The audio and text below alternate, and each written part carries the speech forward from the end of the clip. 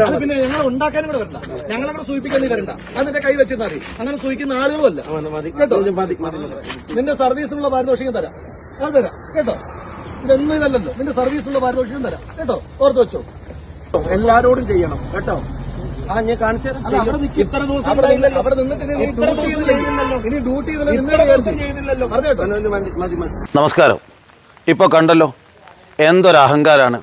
ഒരു തെരഞ്ഞെടുപ്പ് നീതിയുക്തമായി നടത്തണമെന്ന് ആവശ്യപ്പെടുന്ന, അതിനു വേണ്ടിയിട്ട് ആളുകളുടെ വാഹനം പരിശോധിക്കുക എന്നുള്ളത് എല്ലാ കാലത്തും തെരഞ്ഞെടുപ്പ് ഉദ്യോഗസ്ഥർ ചെയ്യുന്ന അവരുടെ ഡ്യൂട്ടിയാണ്. അത് MP ആവട്ടെ, മന്ത്രിയാവട്ടെ, സാധാരണ ജീവനക്കാരാവട്ടെ, ആരുടെയും ഏത് വാഹനവും പരിശോധിക്കാനുള്ള അധികാരം തെരഞ്ഞെടുപ്പ് ഉദ്യോഗസ്ഥർക്കുണ്ട്. മറ്റുള്ള പാർട്ടിക്കാരൻ്റെത് പരിശോധിച്ചാൽ മാത്രമേ തൻ്റെത് പരിശോധിക്കാവൂ എന്ന് പറയുകയും അങ്ങനെ പരിശോധിക്കുന്ന ഉദ്യോഗസ്ഥർക്ക് നാളെ പണി തരാം, തനിക്ക് ട്രാൻസ്ഫർ തരും എന്ന് ഭീഷണിപ്പെടുത്തുന്നത് തെരഞ്ഞെടുപ്പ് പെരുമാറ്റച്ചട്ടത്തിൻ്റെ നഗ്നമായ ലംഘനമാണ്. രാഹുൽ മാങ്കൂട്ടത്തിലും ഷാഫി പറമ്പിലും ആരാണ്? ജനപ്രതിനിധികൾ മാന്യമായി പെരുമാറണം.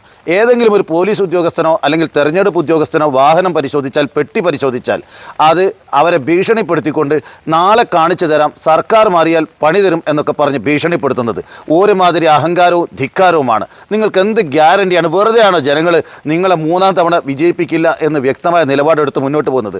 നിലമ്പൂരിലും പരാജയം രുചിക്കുന്ന രൂപത്തിലാണ് നിങ്ങളുടെ പെരുമാറ്റം മുന്നോട്ട് പോകുന്നത്. അഹന്തയാണ്, ധിക്കാരമാണ്. ഉദ്യോഗസ്ഥരെ ഭീഷണിപ്പെടുത്തുന്നു.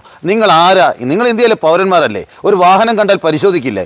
ഈ മാതിരി വേലയൊന്നും വേണ്ട. ഇത്തരം നെറികെട്ട രീതിയിൽ തെരഞ്ഞെടുപ്പ് ജയിക്കുക എന്നുള്ളത്, പാലക്കാടൻ മാതൃകയിൽ നിലമ്പൂരിൽ തെരഞ്ഞെടുപ്പ് ജയിക്കുക എന്നുള്ളത് UDFിൻ്റെ നയമാണ്. ഇനിയും പല നാടകങ്ങളും വരും. നാടകങ്ങളിലൂടെ, വ്യാജ പ്രചരണങ്ങളിലൂടെ എല്ലാ കാലത്തും കള്ളത്തരം പ്രചരിപ്പിച്ചുകൊണ്ട് വിജയിക്കുക എന്നുള്ളതാണ് UDFിൻ്റെ നയം. നിങ്ങൾ ഈ മാതിരി വേലയൊക്കെ ആ വീട്ടിൽ വെച്ചേക്കണം. ഷാഫി പറമ്പിലും അതേപോലെ തന്നെ രാഹുൽ മാങ്കൂട്ടത്തിലും UDFിൻ്റെ MLA-മാർക്ക് ഒരു നിയമവും മറ്റുള്ളവർക്ക് മറ്റൊരു നിയമവും എന്നുള്ള അവസ്ഥ അവസാനിപ്പിക്കണം. ഞങ്ങളുടേത് മാത്രം എന്തുകൊണ്ട് പരിശോധിക്കുന്നു എന്നാണ് ചോദിക്കുന്നത്. അങ്ങനെ ചെയ്തിട്ടില്ലെങ്കിൽ ഞാൻ പറയട്ടെ, നിങ്ങൾ കള്ളപ്പണത്തിൻ്റെ വക്താക്കളാണ്. നിങ്ങൾക്കാണ് ഈ തരത്തിലുള്ള ആളുകൾ കൊടുക്കുന്ന തെരഞ്ഞെടുപ്പ് ബോണ്ടും അതേപോലെ തന്നെ കള്ളപ്പണവും വരുന്നത് നിങ്ങൾക്കാണ്. ആ പണം നിങ്ങൾ തെരഞ്ഞെടുപ്പിൽ ജനങ്ങൾക്കിടയിൽ വിതരണം ചെയ്യുന്ന ആളുകളാണ്. ഇടതുപക്ഷ ജനാധിപത്യ മുന്നണിയുടെ സ്ഥാനാർത്ഥികൾക്ക് അത്തരം പണം ലഭിക്കുന്നില്ല.